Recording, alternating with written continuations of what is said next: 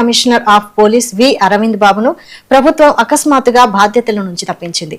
రాష్ట్ర police head quarters కు report చేయాలని ఆదేశాలు జారీ చేసింది. ఈ బదిలీ సాధారణ పరిపాలనా నిర్ణయమా లేక ఇటీవల నమోదైన అత్యంత సున్నితమైన కేసుతో దీనికి సంబంధం ఉందా అనే ప్రశ్నలు ఇప్పుడు రాజకీయ వర్గాల్లో వినిపిస్తున్నాయి.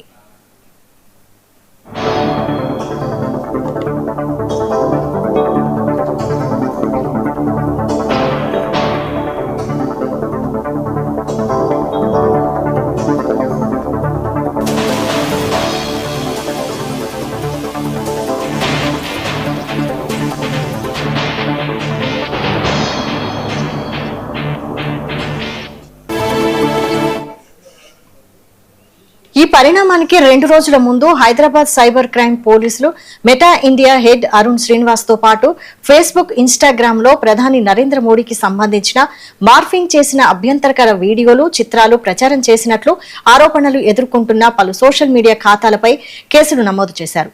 భారతీయ న్యాయ సంహిత సమాచార సాంకేతిక చట్టం కింద కేసులు నమోదు చేశారు. ఈ చర్య దేశవ్యాప్తంగా సంచలనంగా మారడమే కాకుండా అంతర్జాతీయ మీడియా దృష్టిని ఆకర్షించింది.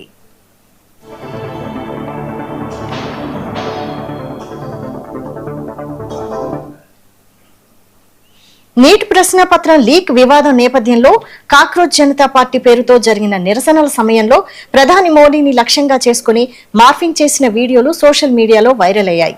ఈ క్రమంలో బీజేపీ సానుభూతి పరుడు ఎస్ అరవింద్ రెడ్డి, పార్టీ కార్యకర్త టి సాయి కిరణ్ గౌడ్ ఇచ్చిన ఫిర్యాదుల మేరకు హైదరాబాద్ సైబర్ క్రైమ్ పోలీసులు ఎఫ్ఐఆర్లు నమోదు చేశారు.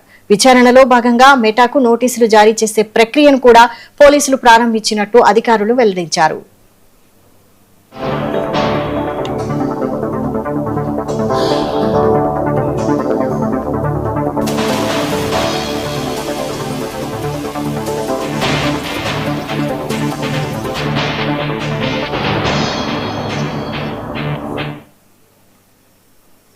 ఈ కేసు నమోదైన కేవలం 2 రోజుల వ్యవధిలోనే డీసీపీ అరవింద్ బాబును బాధ్యతల నుంచి తప్పించడం రాజకీయ దుమారానికి దారితీసింది. అధికారిక ఉత్తర్వులో బదిలీకి కారణాలు వెల్లడించకపోయినా ఈ పరిణామం కేసుతో సంబంధం ఉందా అనే అనుమానాలు శాఖాపరంగా కొనసాగుతున్నాయి. ప్రభుత్వం మాత్రం దీనిపై ఎలాంటి అధికారిక వివరణ ఇవ్వలేదు.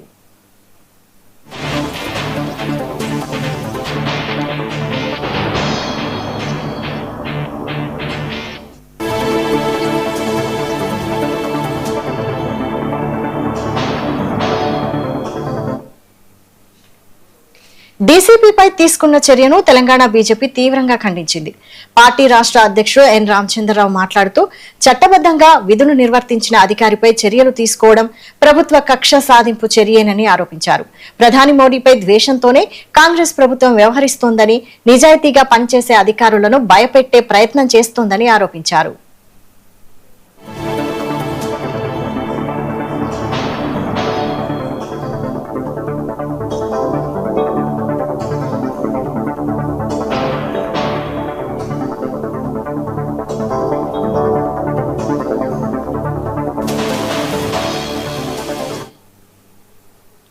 కేసు నమోదైన తర్వాత మెటా అధికార ప్రతినిధి స్పందిస్తూ సంబంధిత అధికారులతో సంప్రదింపులు కొనసాగుతున్నాయని, విచారణకు పూర్తిగా సహకరిస్తున్నామని తెలిపారు. సంస్థ భారత్ వినియోగ విభాగాధిపతిని వ్యక్తిగతంగా కేసులో నిందితుడిగా చేర్చడం అరుదైన పరిణామమని న్యాయ నిపుణులు అభిప్రాయపడుతున్నారు. ఒక కంపెనీ ఉన్నతాధికారిపై వ్యక్తిగత బాధ్యతను నిరూపించాలంటే ఆయన ప్రత్యక్ష ప్రమేయానికి సంబంధించిన ఆధారాలు అవసరమవుతాయని వారు చెబుతున్నారు.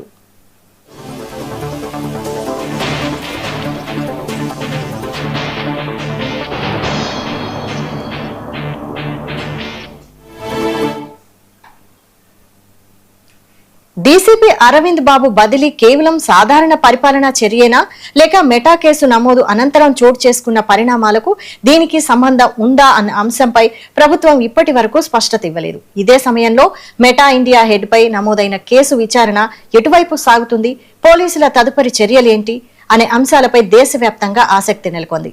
ప్రభుత్వం నుంచి అధికారిక వివరణ వచ్చే వరకు ఈ వివాదం రాజకీయంగానూ న్యాయపరంగానూ చర్చనీయాంశంగానే కొనసాగే అవకాశం కనిపిస్తోంది.